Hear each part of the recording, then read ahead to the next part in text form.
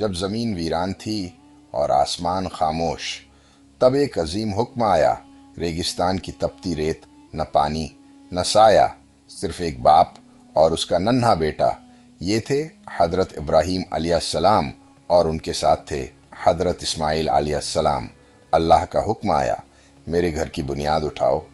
وہ جگہ جہاں کچھ بھی نہیں تھا، بس خالی زمین، اور اللہ کا حکم، باپ اور بیٹا پتھر اٹھاتے ہیں۔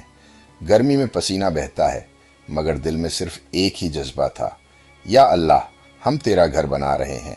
وہ دونوں ہاتھ اٹھا کر دعا کرتے ہیں، ربنا تقبل منا، اور پھر دھیرے دھیرے وہ جگہ بن گئی جسے آج دنیا کعبہ کے نام سے جانتی ہے۔ آج لاکھوں لوگ اسی گھر کے چاروں طرف طواف کرتے ہیں۔ سوچئے، یہ سب شروع ہوا تھا ایک باپ کی اطاعت سے اور ایک بیٹے کی فرما برداری سے۔ یہ صرف ایک عمارت نہیں، یہ ایمان کی سب سے بڑی مثال ہے۔